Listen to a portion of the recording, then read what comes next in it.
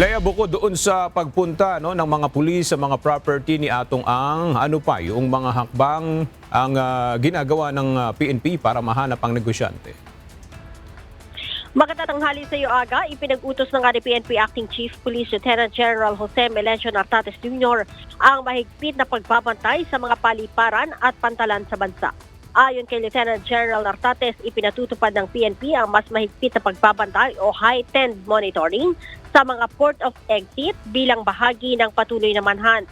Inilunsad na rin aniya ng pulisya ang mga dedicated tracker team at intelligence unit para matiyak na walang suspect ang makalalabas ng bansa habang may nakabimbing mga warrant of arrest.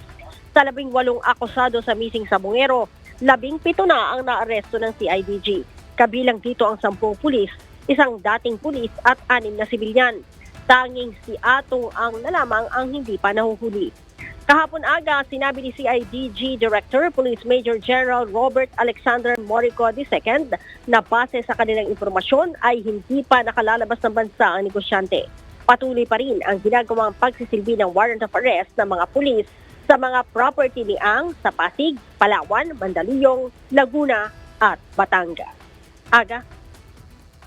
Maraming salamat, Lea Ilagan.